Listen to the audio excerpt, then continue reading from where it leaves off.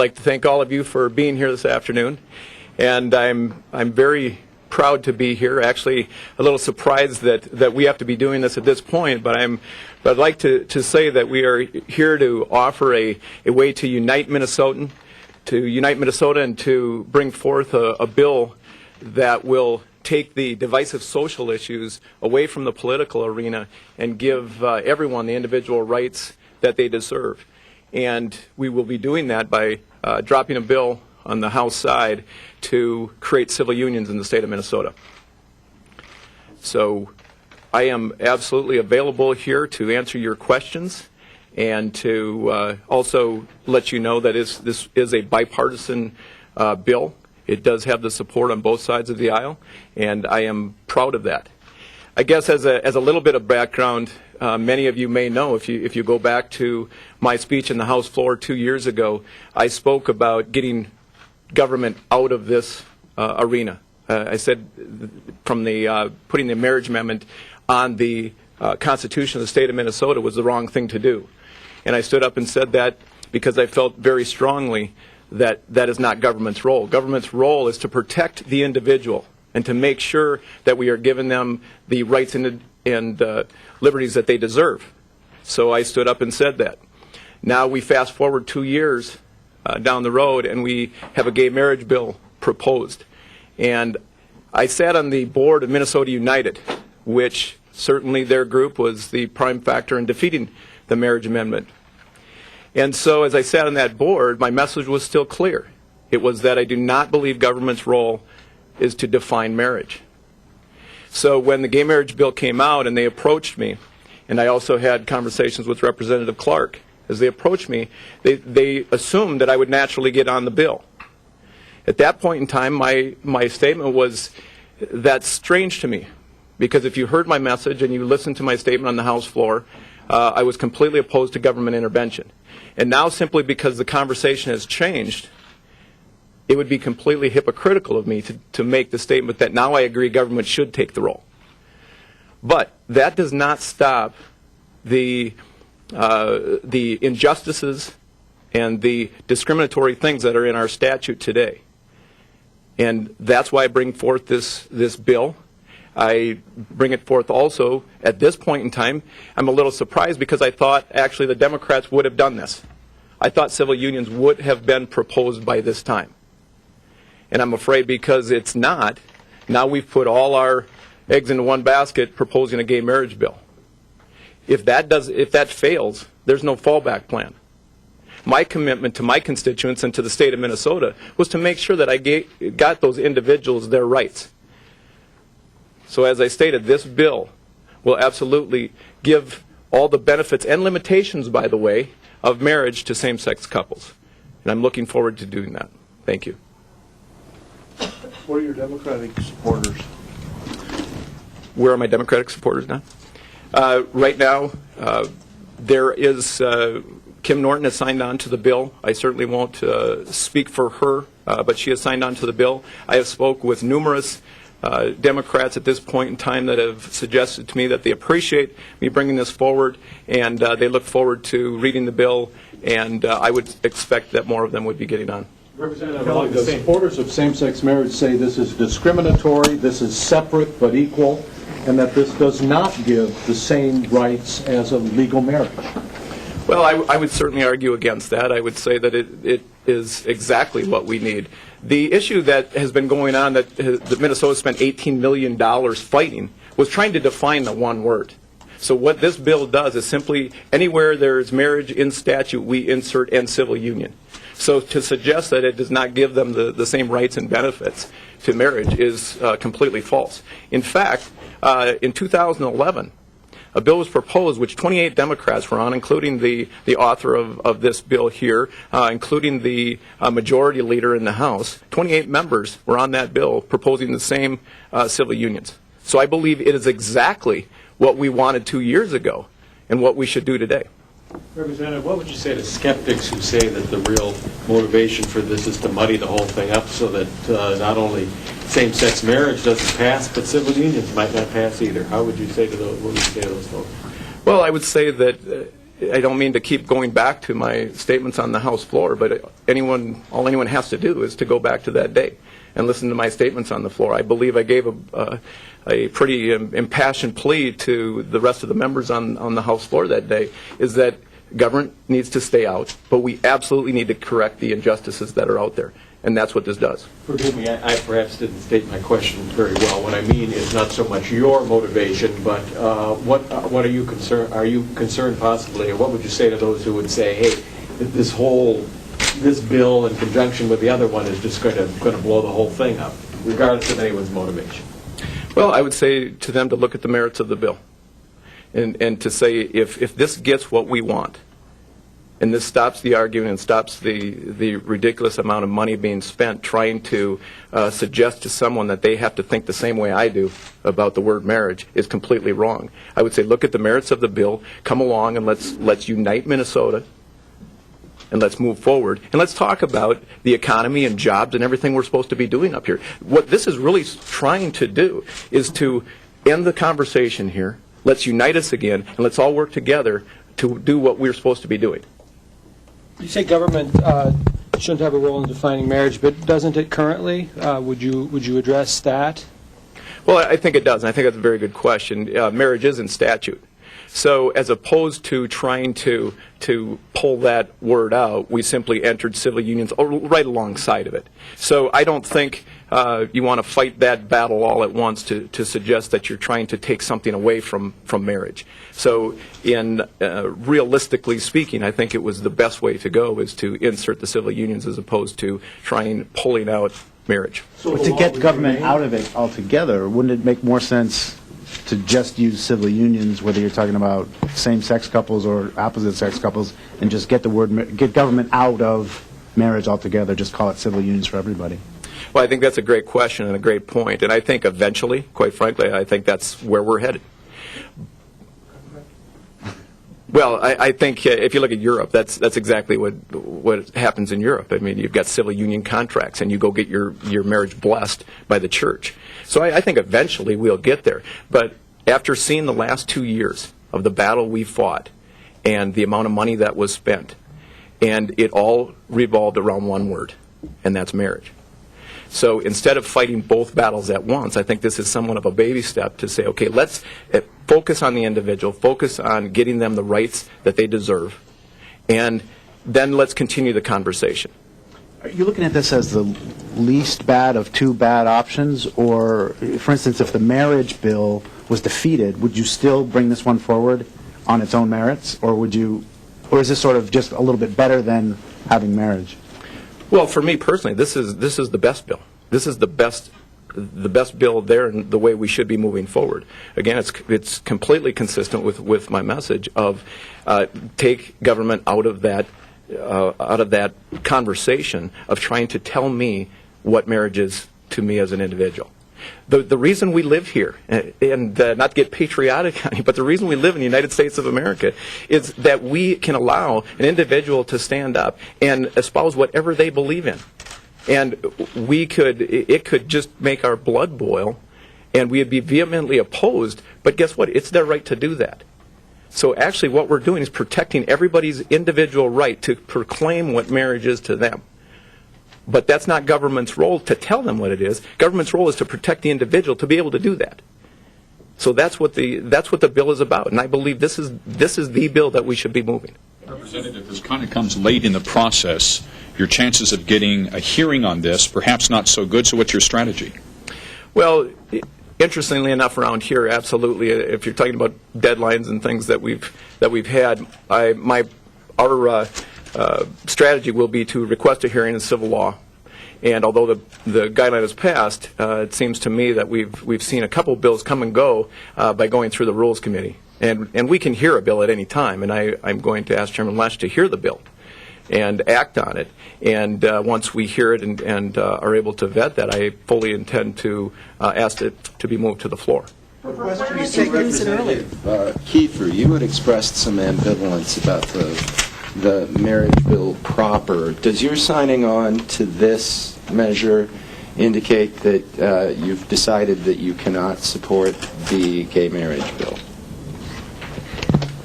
Yeah, Thank you for the question. I think right before we even had results from the election, I told people who had their opinions on both sides that this discussion has started.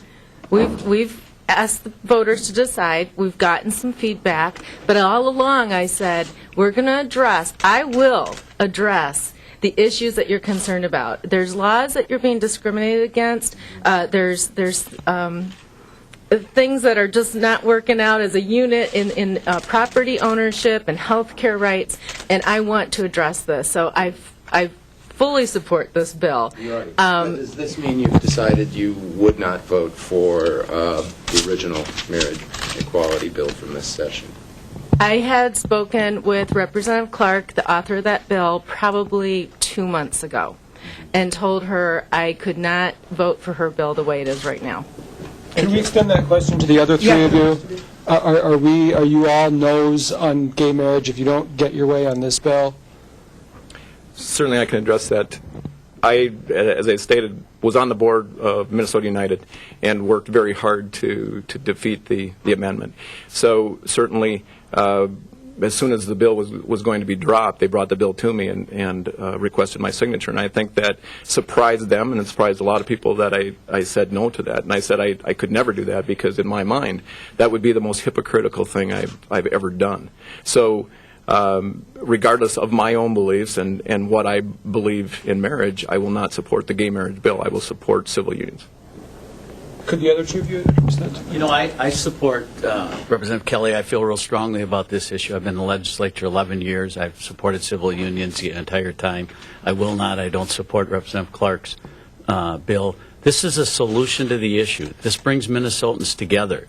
It's supported by the vast majority of Minnesotans. Let's get back on track. We brought this state in 2 years from $10 billion worth of deficits to a few $100 million today, which are corrected in the next biennium. We are on track doing great things because what we did the last 2 years. This puts these social issues to bed. Let's get back on the budget. Let's have an honest discussion. Should we be taxing the snot out of hard-working Minnesotans, or should we be concentrating on moving this budget forward and moving this state forward? And let's put the social issues to bed. Let's move on. First of all, congratulations to you that had Denny McNamara and the word snot in your office pool today for the press conference. Regardless of whether the legislature supports the Kelly Compromise on civil unions, I will not be voting in favor of the gay marriage bill.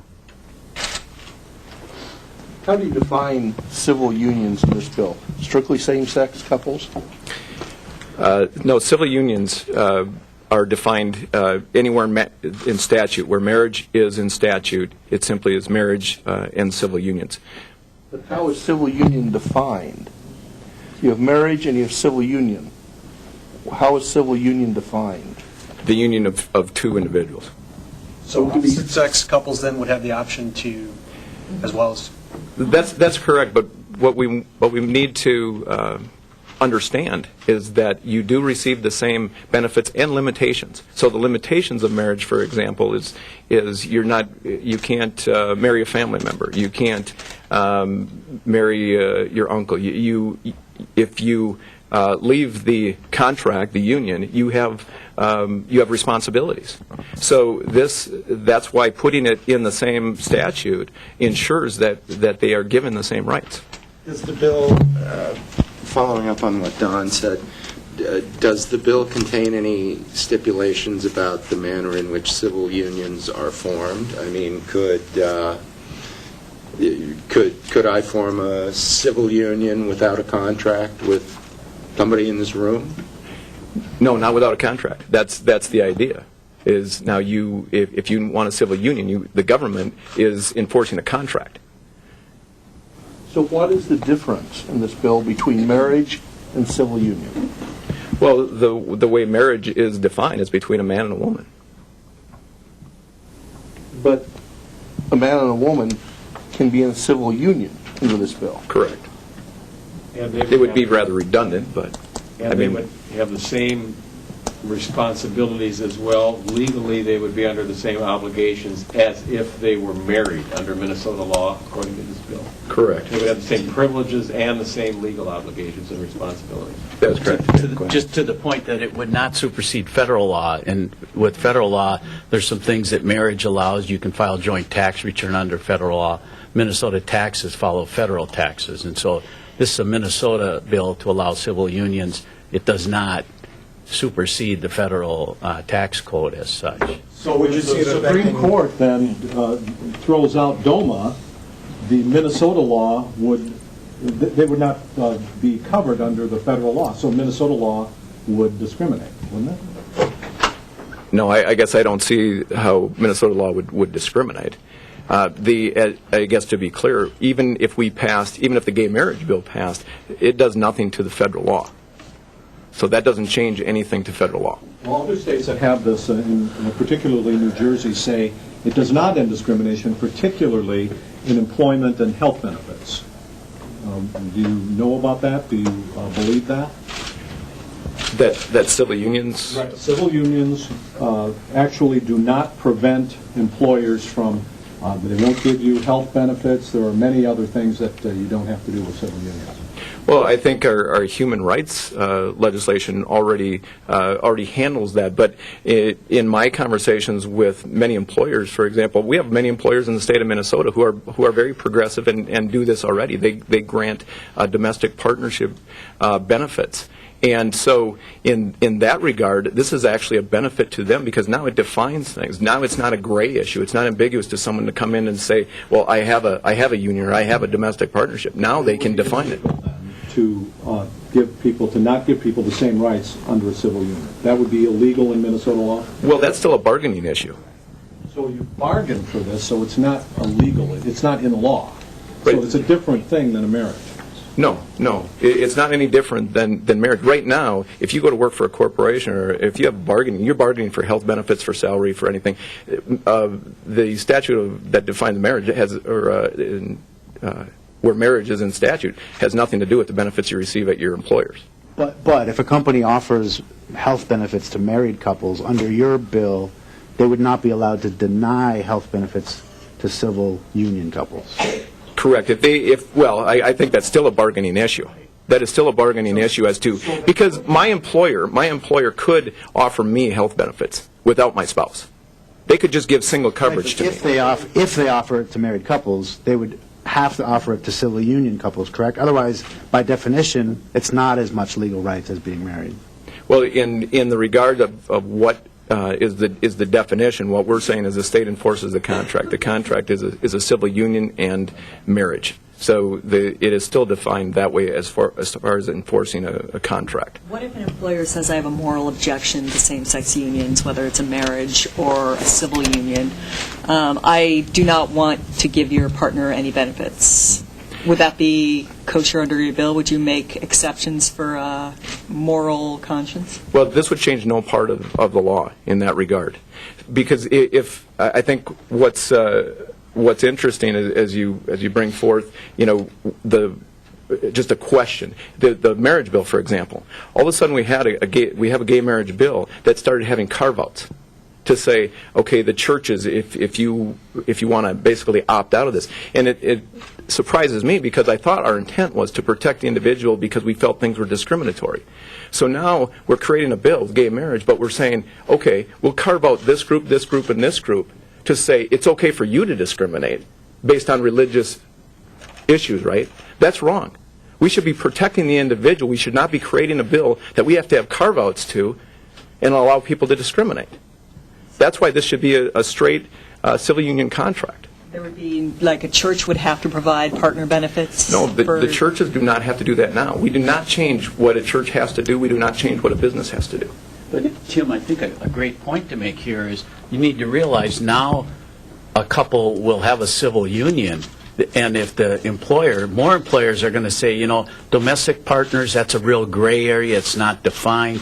Here now, if you come forward with a civil union, we're going to have benefits for that. I think there's a great opportunity where we could see many, many more employers say, if you are married or have a civil union. We extend certain benefits, whatever they are. It may be employee insurance, it may be a group plan for your family also, or whatever.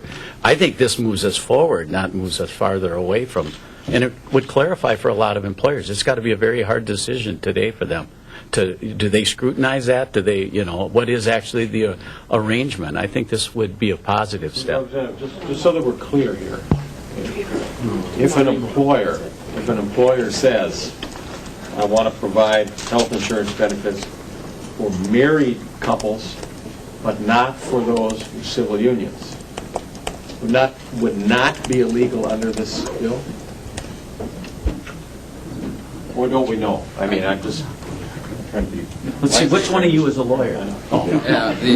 We have a network engineer, a financial planner, a landscaper, and a business executive. We do not have attorneys. Yeah, I guess I'm going to defer that question. Representative, your leadership frequently criticized the majority party for bringing up what they term as divisive issues and not focusing totally on the budget. Is this in any way hypocritical for you to bring this up now? Well, actually, I didn't think I would have to bring this up. I thought this would have been done months ago. I thought we had a great opportunity with the way leadership is set up right now. The Democrats have the majority in the House, the Senate, and the governor's mansion. I thought this bill would have been brought forward months ago. We could have united Minnesota. We could have had the vote. This would have passed. Absolutely would have passed. But it hasn't been brought up, and that concerns me. I made a promise to my constituents and to a lot of the people in Minnesota that I would fight to get them their individual rights, and that's what we're doing. If you don't get a committee hearing on this or a separate floor vote, could you see this as an amendment to Representative Clark's bill on the floor? Certainly.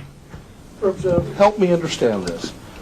What would the difference be between marriage and civil unions if this passed? I see that there's no difference. The tax return. Well, federal issues. Federal issues, but not state issues. How much Republican support is there for this bill within your caucus? Considerable support, I would say.